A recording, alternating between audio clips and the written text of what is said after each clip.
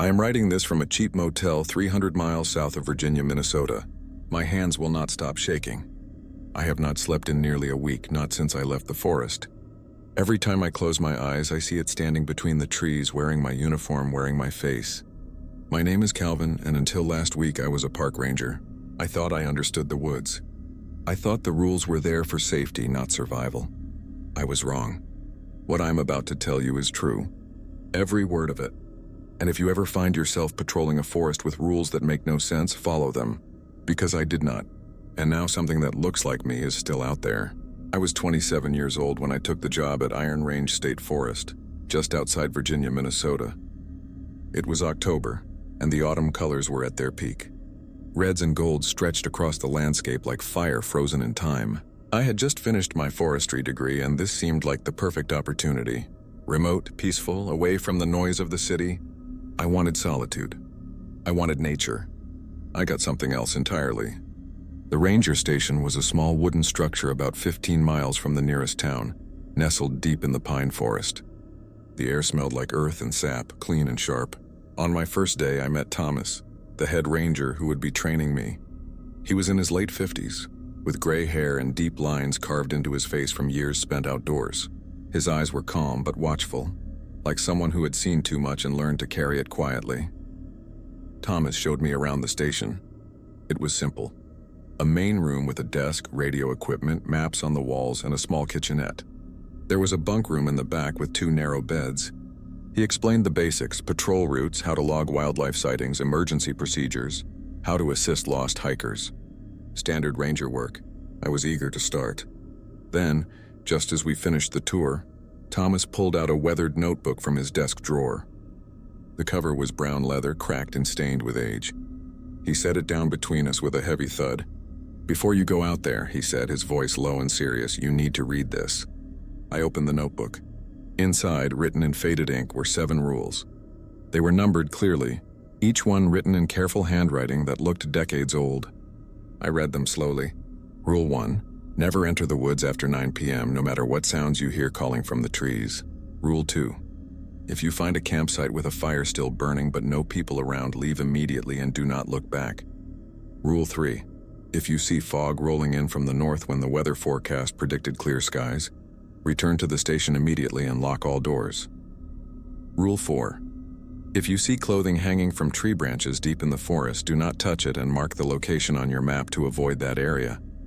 Rule 5. Never follow the lights that float between the pine trees.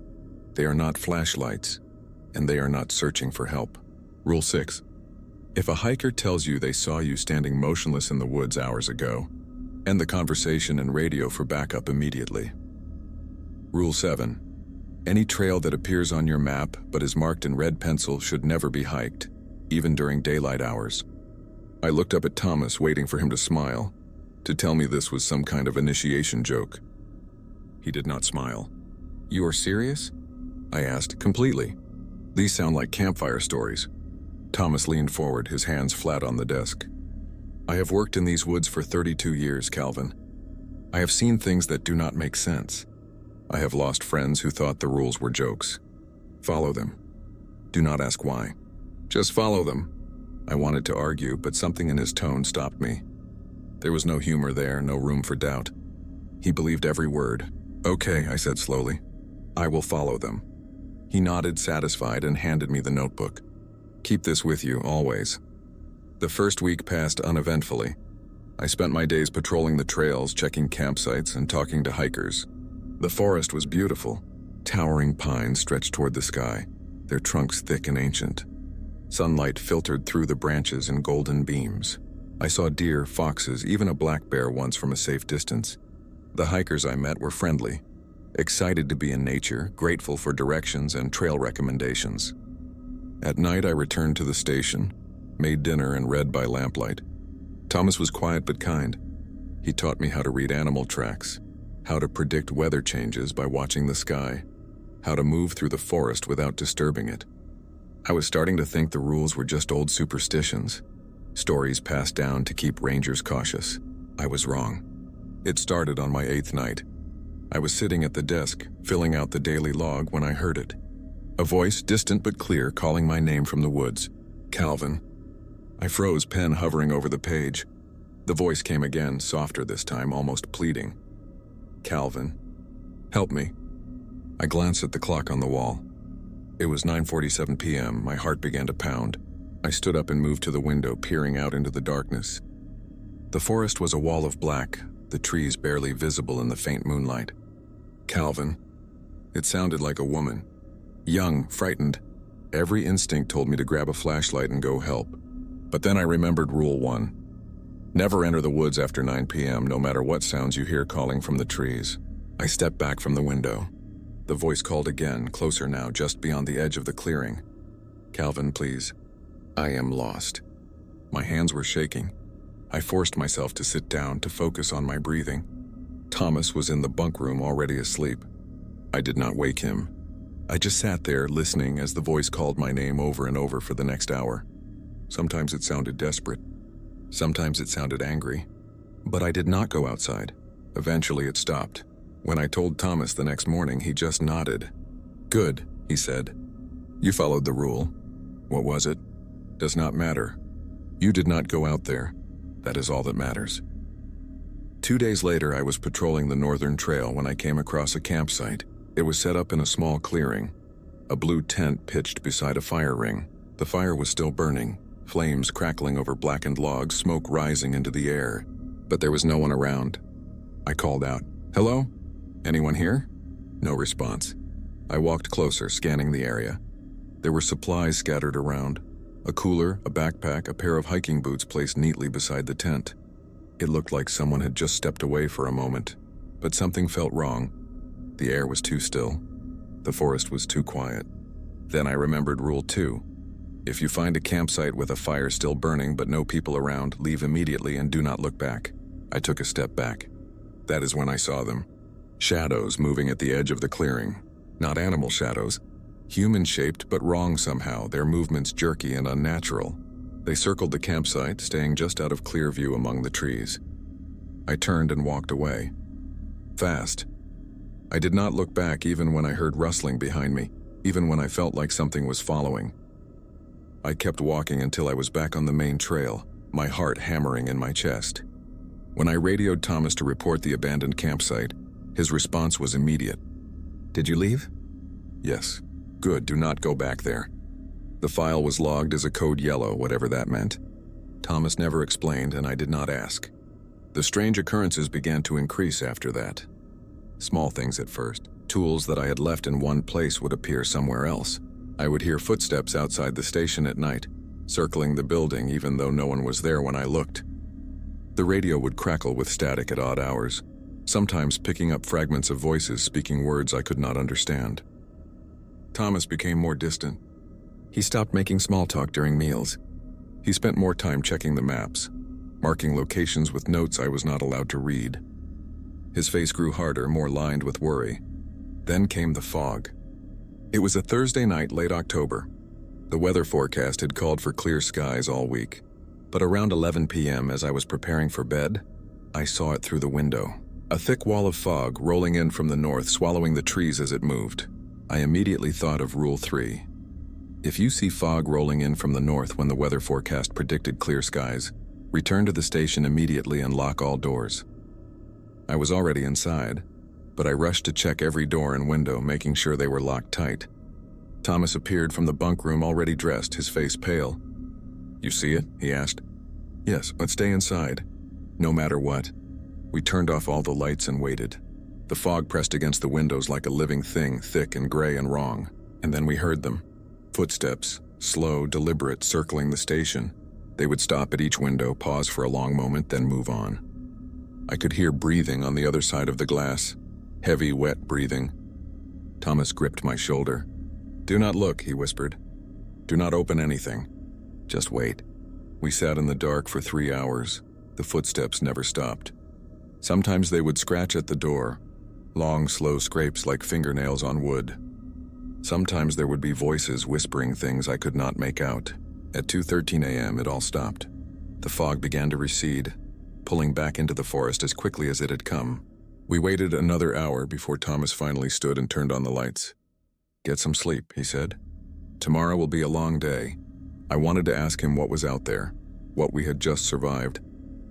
But I already knew he would not tell me, so I just nodded and went to bed, though sleep did not come for a long time.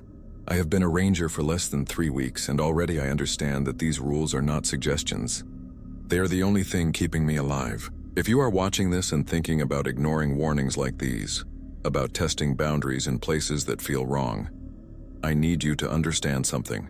These rules exist because people died learning them, and before this story is over, you will understand why I can never go back. But if you are finding this story helpful, if you want to hear what happened next, please consider hitting that like button and subscribing. It helps more people find these warnings, because what I am about to tell you gets so much worse. The clothing appeared on a Tuesday morning. I was hiking the Eastern Perimeter Trail doing a routine check when I saw them.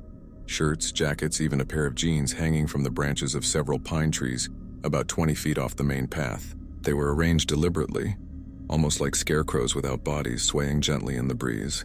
I stopped walking and stared. The clothing looked old, faded by weather and time, but they were hung carefully as if someone had climbed up and placed them there with purpose. Rule 4 came to mind immediately. If you see clothing hanging from tree branches deep in the forest, do not touch it and mark the location on your map to avoid that area. But I hesitated. This was different from the other rules. This was physical evidence, something I could investigate, something that might have a rational explanation. Maybe it was an art installation. Maybe some hikers had left their gear behind after getting caught in a storm. I looked around. The forest was quiet. No movement, no sounds except the wind through the pines. I took a step closer. The clothing twisted in the breeze, and I noticed something. Dark stains on the fabric. Reddish-brown, old but unmistakable. I felt my stomach tighten. I should have left. I should have marked the location and radioed Thomas. But instead, I walked closer. I needed to see, to understand. As I approached, I noticed more details. The clothing was arranged in a circle around a central tree. Beneath that tree, the ground was bare, as if nothing had grown there for years. The dirt looked disturbed, uneven.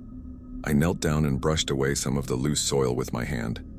My fingers touched something hard. I cleared more dirt away and found wood. Old wood, rotted and blackened. It looked like part of a beam or post. Calvin. I spun around. Thomas was standing at the edge of the clearing, his face dark with anger. "What are you doing?" "I found clothing." I know what you found." He walked toward me, grabbed my arm, and pulled me back toward the trail. "I told you the rules. I told you not to touch anything." I did not touch the clothing. You violated the rule by being here." His grip tightened. "You marked the location?" "Not yet." "Do it now, then we leave." I pulled out my map and marked the spot with a large X. Thomas looked at it, nodded, then started walking back toward the station at a pace that was almost running. I followed, questions burning in my throat. When we got back, Thomas pulled out a bottle of whiskey from under his desk and poured 2 glasses. He handed me one. "Drink." I did. The whiskey burned going down. Thomas sat heavily in his chair.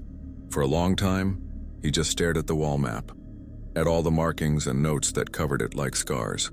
"There used to be a logging camp here," he finally said. "Back in the 1880s, they cut down thousands of trees, shipped them south on the railway. It was brutal work. Men died all the time, accidents, disease, the cold." He took a long drink. But something else was happening here. Men started disappearing, not dying in accidents, just vanishing. They would go out to work one morning and never come back. The other loggers would find their clothing hanging in the trees, miles from where they were last seen. No bodies, just clothes. I felt a chill run down my spine. The camp shut down in 1887. The company claimed it was financial trouble, but the truth is everyone was too afraid to keep working. The forest had taken too many men. Thomas looked at me. "The clothing you found today?" "It has been there since then, and it is still active." "Active how?" "The spirits of the men who died here, they are still looking, still hunting. And when someone breaks the rules, when someone gets too close..." He did not finish the sentence. I spent the rest of that day in a daze trying to process what Thomas had told me. That night I could not sleep. I kept thinking about the clothing, about the disturbed ground beneath the central tree, about what might be buried there. Around 2 a.m. I got out of bed and looked out the window. That is when I saw them. The lights, they floated between the pine trees about 50 yards from the station. small orbs of pale yellow light moving slowly, weaving between the trunks like they were searching for something. They were beautiful in a haunting way, almost hypnotic. I remembered Rule 5. Never follow the lights that float between the pine trees. They are not flashlights and they are not searching for help. But I could not look away. The lights moved in patterns, forming shapes that almost looked intentional. I watched them for nearly an hour, my face pressed against the cold glass. Part of me wanted to go out there to see them up close, to understand what they were, but I did not. I forced myself to close the curtain and go back to bed. The next day, a hiker came into the station. She was a woman in her 30s, wearing a yellow jacket and carrying a professional camera. She looked shaken. "Are you okay?" I asked. She stared at me for a long moment, her face pale. I saw you in the woods about 2 hours ago." My blood went cold. "What?" "On the northern trail. You were just standing there about 20 feet off the path, completely still. I called out to you, but you did not respond. You just stared at me." She wrapped her arms around herself. "It was so strange. Your eyes, they looked wrong. I felt like the floor had dropped out from under me. Ma'am, I have been at this station all morning. I have not been on any trails today." She blinked. "But it looked exactly like you. Same uniform, same face. Rule 6. If a hiker tells you they saw you standing motionless in the woods hours ago, end the conversation and radio for backup immediately." I reached for the radio with shaking hands. "Thomas, this is Calvin. I need you at the station immediately." "Code red." The woman looked confused. "What is code red?" "Ma'am, I need you to sit down and stay here. Do not leave the station." Thomas arrived within minutes, running from wherever he had been patrolling. When I explained what the hiker had told me, his face went white. "Did you go into the woods last night?" he asked me. "No, I followed the rules. I saw the lights, but I stayed inside." He turned to the woman. "Where exactly did you see him?" She described the location. Thomas immediately pulled out the map and checked it against his notes. His hand started shaking. "That is near the red trail," he whispered. For the first time since I met him, I saw fear in Thomas's eyes. Real, genuine fear. He escorted the woman out of the forest personally, telling her to go home and not come back. When he returned, he locked the station door and sat me down. "Something has locked onto you, Calvin. When you went to that clearing with the clothing, when you disturbed that ground, you got its attention." "What is it?" "I do not know exactly, but it is mimicking you now. That means it is trying to take your place, to understand you. And once it understands you completely..." He did not finish. "What do I do?" "Follow the rules. All of them, perfectly, and pray that is enough." That night, Thomas went on a patrol he said was mandatory. He told me to stay at the station, to keep the doors locked, to not let anyone in, even if they looked like him. He never came back. I waited until dawn. When he did not return, I tried radioing him. Nothing but static. I tried calling the main ranger office. The phone lines were down. I was alone. And somewhere in the forest, something was wearing my face. I spent the next day searching for Thomas. I stayed on the main trails, never venturing into the deeper woods, always keeping the station within sight. I called his name until my voice went hoarse. There was no response. By evening, I knew I had to make a decision. I could leave, drive back to civilization, and report Thomas missing. Or I could search for him properly, even if it meant going deeper into the forest than I should. That is when I looked at the map again. Really looked at it. There in the northwestern section was a trail marked in red pencil. I had noticed it before but never thought much about it. Now studying it closely, I saw that it led to an area labeled simply Old Site in Thomas's handwriting. Rule 7. Any trail that appears on your map but is marked in red pencil should never be hiked, even during daylight hours. But Thomas was missing, and if there were answers to what was happening in these woods, they were probably there. I spent the night preparing. I packed supplies, checked my radio, made sure I had fresh batteries in my flashlight. I left a note on the desk explaining where I was going, in case anyone came looking. At first light, I set out. The red trail started innocuously enough, winding through familiar pine forest, but after about a mile, things began to change. The trees grew thicker, older, their trunks so wide 3 people could not have wrapped their arms around them. The canopy closed overhead, blocking out most of the sunlight. The temperature dropped noticeably, and it was silent, completely silent. No birds, no insects, no wind. Just the sound of my own footsteps on the dirt path. I hiked for 2 hours before I found it. The old settlement. It was tucked into a valley, hidden by the surrounding hills and trees. Dozens of wooden structures, all collapsed or collapsing, slowly being reclaimed by the forest. I could see the remains of bunkhouses, a mess hall, what looked like an administrative building. Everything was rotted and overgrown, but the layout was still clear.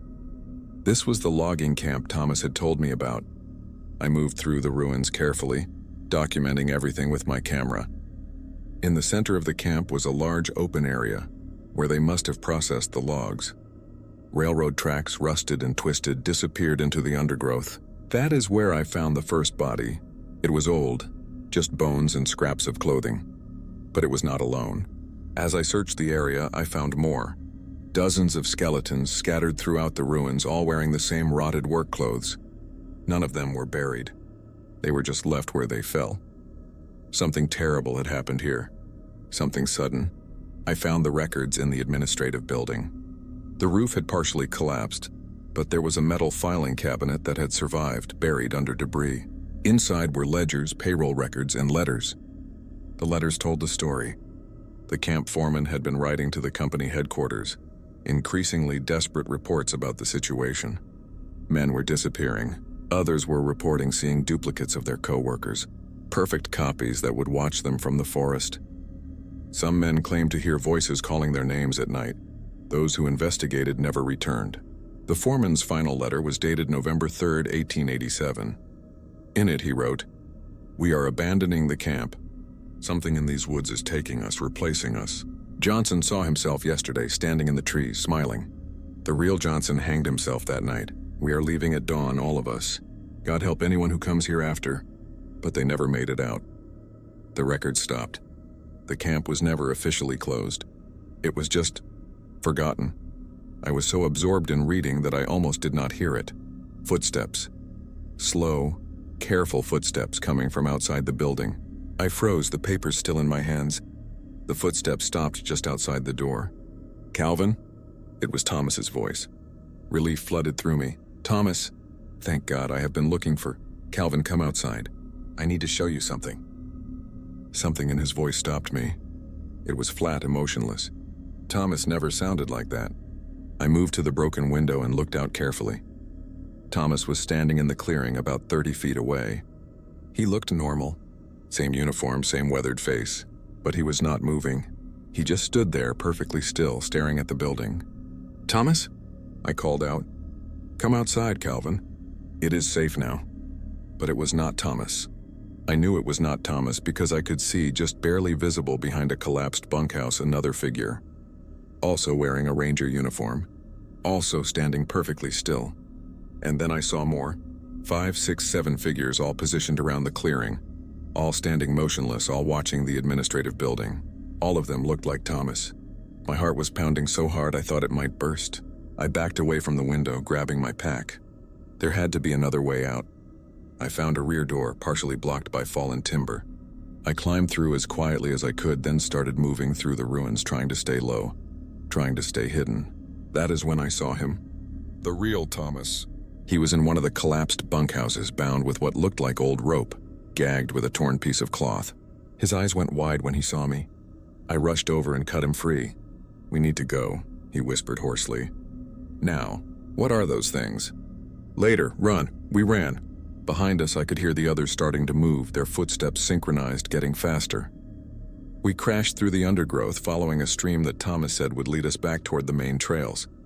As we ran, Thomas gasped out an explanation. He had come here to try to understand what was happening to me, to find a way to break whatever connection had formed, but the spirits had caught him, trapped him, used him as bait. They wanted both of us, he said between breaths.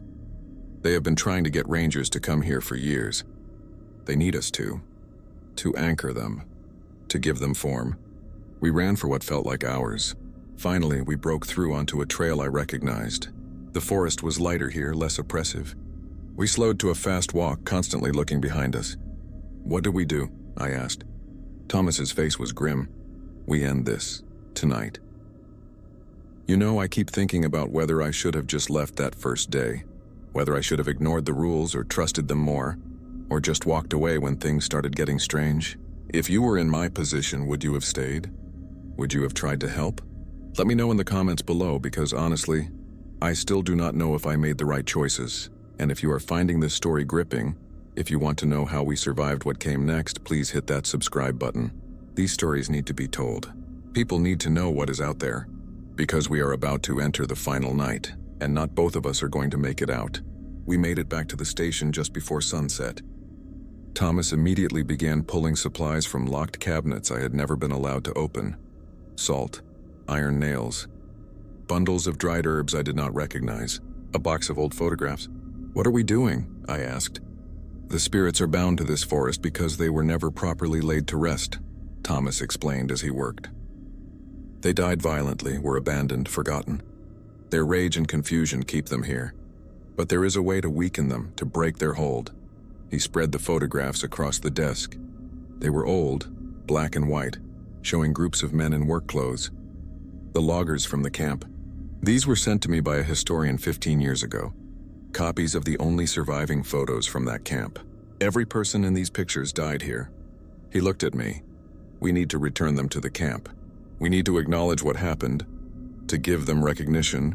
It is not much, but it might be enough. Tonight, we have to go back there tonight. We do not have a choice, Calvin. They have locked onto both of us now. If we do not do something, they will keep taking rangers, keep spreading. This ends tonight one way or another." We spent the next hour preparing. Thomas taught me a ritual, words to speak, actions to perform. He gave me an iron nail to carry, told me never to let it leave my hand. We filled our pockets with salt. "The rules are important tonight," he said. "More important than ever. We follow every single one. Understood?" "Understood." We left at 8:45 p.m., giving us 15 minutes before the 9 p.m. deadline. The walk to the old camp took nearly 2 hours, even though we moved fast. Thomas led us along paths that were not on any map, shortcuts he had learned over decades in these woods. The forest was alive with sounds, whispers in languages I did not understand, footsteps that matched our pace but came from all directions, lights floating between the trees trying to lead us astray. We ignored them all, following the rules, focused on our destination. We reached the camp at 11:17 p.m. It looked different at night. The ruins seemed more solid, less decayed. In the moonlight, I could almost see it as it had been. A working camp full of life and noise and purpose. But that was an illusion. This place was a tomb. We moved to the center of the clearing, where the processing area had been. Thomas arranged the photographs in a circle, placing an iron nail on each one to hold them down. I poured salt around the circle, creating an unbroken line. Then we began the ritual. Thomas spoke the words first, acknowledging the dead, speaking their names from memory and from the records we had found. I repeated after him. We burned the herbs, letting the smoke rise into the night air. That is when they came. The figures emerged from the tree line. Dozens of them. Some looked like Thomas. Some looked like me. Others were forms I had never seen before. Rangers from years past, all copied, all claimed by the forest. They surrounded us, standing just outside the salt circle, watching in perfect silence. "Do not stop," Thomas whispered. "Keep going." We continued the ritual. With each name we spoke, with each acknowledgement of the tragedy that had occurred here, the figures began to change. Their forms flickered, becoming less solid, less defined. Some simply faded away. Others stood there, their faces twisted with emotions I could not identify. Rage, sorrow, relief. Then I saw him. My doppelganger, standing directly across from me, watching with my own eyes. It raised one hand, mimicking a wave, mocking me. "Finish it," Thomas said urgently. I spoke the final words of the ritual, my voice shaking but clear. As the last syllable left my mouth, something shifted. The air pressure changed. The temperature dropped so fast I could see my breath. The figures all turned and looked at the doppelganger. As one, they began to walk toward it. My double's expression changed from mockery to confusion to fear. It tried to run, but the other figures surrounded it, reaching out with translucent hands. Where they touched it, it began to dissolve, breaking apart like smoke. It screamed. It screamed with my voice, and I will hear that sound for the rest of my life. Then it was gone. The other figures stood in the clearing for a long moment. Then, One by one, they bowed their heads to us and faded into nothing. The last to go was a figure that looked like an older man, weathered and tired. He looked at Thomas, nodded once, then disappeared. The forest was suddenly completely silent. We stayed in that circle until dawn, not daring to move, not sure if it had worked. As the sun rose, the ruins around us seemed to age instantly, the illusion of solidity gone. They were just rotted wood and rust again. "Is it over?" I asked. Thomas looked around slowly, checking the tree line, listening to the forest. Finally, he nodded. "I think so. I think they are finally at rest." We walked back to the station in daylight. The forest felt different, lighter somehow. Birds were singing. The air smelled clean. It was just a forest again, not a trap, not a hunting ground. When we got back, Thomas sat down heavily at his desk. He looked exhausted, older than he had just yesterday. "I am done," he said. 32 years is enough. I am retiring, Calvin, going somewhere far from trees." "What about me?" "That is your choice, but I would recommend you do the same." I thought about it for about 30 seconds. Then I packed my bags. We reported the camp to the main office, recommended the area be permanently closed to the public. We cited structural hazards, contaminated soil, dangerous wildlife. They agreed without much argument. The northwestern section was cordoned off, marked as off-limits. Thomas retired the next week. I quit 2 days after that. That was 7 days ago. Now I am in this motel room 300 miles away, trying to make sense of what happened, trying to understand how places can be so wrong, how the dead can linger, how rules can be the only thing between life and something worse than death. I have been thinking a lot about the choices I made, about following some rules and breaking others, about what price I paid for my curiosity. The thing is, I survived. Thomas survived. But we are not the same people who walked into those woods. There are places in this world that do not follow normal rules. Places where the boundary between the living and the dead is thin, where the past refuses to stay buried. And when you find yourself in one of those places, when you are given rules that do not make sense, you follow them. Every single one, because those rules were written in blood. They were learned through tragedy. They are not suggestions or guidelines or old superstitions. They are survival instructions, plain and simple. I do not know if I will ever work as a ranger again. I do not know if I can even walk in a forest without feeling watched, without seeing shadows that might be more than shadows. What I do know is that somewhere in northern Minnesota, there is a forest that is finally quiet. The dead are at rest, and something that wore my face is gone. But sometimes late at night I still wonder, did we really break the cycle? Or did we just quiet it for a while? Are there other places like that camp? Other forests with rules that rangers follow without understanding why? I think there are a lot of them. So if you are watching this, if you have ever encountered rules that seemed strange or arbitrary in remote places, take them seriously. Follow them. Do not test them. Do not assume you know better. Because I tested them. I broke Rule 4. I went to that clearing with the hanging clothing. I disturbed that ground. And because of that choice, I set in motion everything that followed. Thomas almost died. I almost became something else entirely. We are lucky to be alive. The rangers who came before us, the ones who disappeared, the ones who never made it out, they were not lucky. They are the reason the rules exist. They paid the price so that others would know what to avoid. I keep their photographs in my bag now. The loggers from that camp. Thomas gave them to me before we parted ways. He said someone should remember them, should carry their memory. So I do. I look at their faces sometimes, these men from over a century ago, and I wonder what they saw in their final moments. I wonder if they understood what was happening, or if it was just confusion and terror. I hope they are at rest now. I hope what we did was enough. As for the forest itself, I have been checking the news from Virginia, Minnesota. There have been no reports of missing hikers. No strange occurrences. The ranger station has a new crew now. Young people who probably think the rules are just old superstitions. Maybe they are right. Maybe the ritual worked completely, and that forest is just a normal forest now. But I doubt it. Places like that do not forget easily. The land remembers. And even if those particular spirits are gone, the history remains, soaked into the soil, carved into the trees. Another tragedy could create new hauntings. New rules would need to be written. That is the thing about these places. They are not evil exactly. They are wounded. Something terrible happened there, and the wound never healed. It just festered, grew infected, spread. The spirits we encountered were not monsters. They were victims, trapped by their own violent deaths, unable to move on, unable to rest. I do not hate them. I pity them. But pity does not mean I ever want to see them again. Thomas called me yesterday. First time we have spoken since we parted ways. He is living with his daughter in Arizona now. About as far from Forest as you can get. He sounds better, lighter. He asked me how I was doing. I told him the truth. I am not sleeping well. I keep having dreams where I am back in those woods, where I see my double standing among the trees, still watching, still waiting. Sometimes in the dreams I am the one standing in the forest, and I see myself sleeping in this motel room, and I do not know which one is real. Thomas told me those dreams would fade eventually.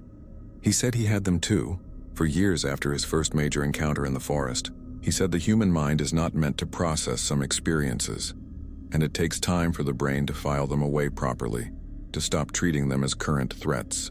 I hope he is right. Before he hung up, he told me something I had been wondering about. He told me why he stayed in that forest for 32 years, knowing what he knew, following those rules every single day. Someone had to, he said simply. Someone had to be there to make sure the rules were followed, to protect the people who did not know. It was not a job I wanted, Calvin, but it was one that needed doing. I understand that now. I understand the weight he carried all those years, the responsibility of keeping others safe from something they did not even know existed. I do not know if I could have done it. I barely lasted 3 weeks, but there are people like Thomas all over, I think.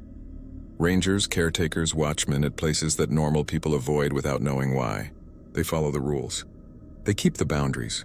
They make sure that what happened to those loggers in 1887 does not happen again. They are heroes, even though no one will ever know it. I have been thinking about what I will do next. I cannot go back to forestry work, not yet. Maybe not ever. But I have these documents now, these records from the old camp.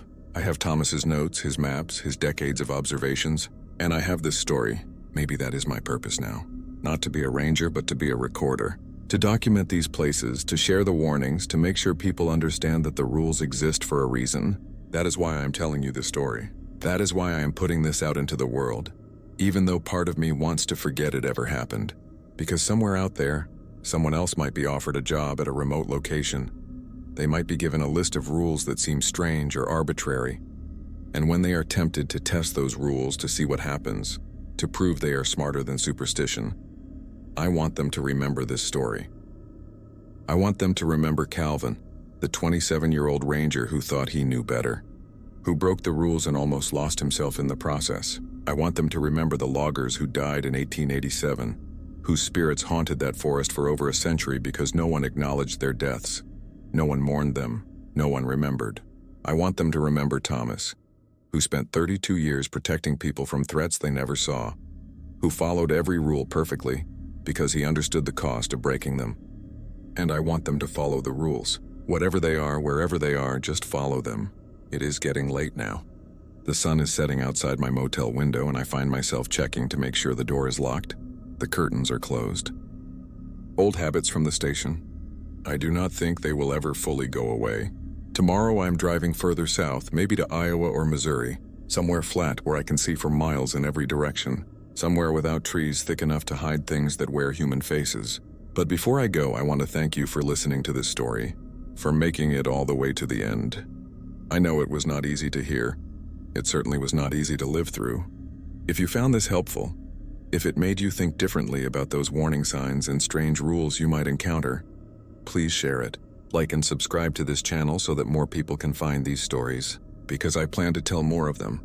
Thomas gave me names before we parted. Other rangers, other caretakers, other people who have served in places like Iron Range State Forest. People who have their own stories, their own rules, their own close calls with things that should not exist. I am going to find them. I am going to record their experiences, and I am going to share them with you, so that when you see the warning signs, when you are told to follow rules that do not make sense, you will understand why. And I want to hear from you too. Have you ever been somewhere with strange rules? Have you ever felt watched in a place you should have been alone? Have you ever heard your name called from somewhere it should not have come from? Leave your experiences in the comments. Share your stories, because the more we document, the more we understand, the better we can protect each other. One last thing before I finish.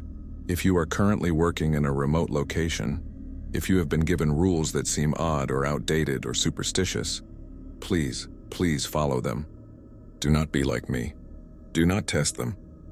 The people who wrote those rules did so for a reason. Respect that reason.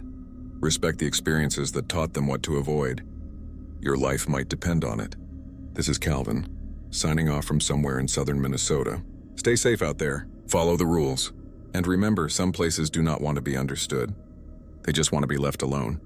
If you survive this story and want to hear what else is lurking in the remote corners of America, hit that subscribe button now, because trust me, Iron Range State Forest is not the only place where the rules keep you alive. Thanks for watching. And whatever you do, do not go into the woods after 9 p.m.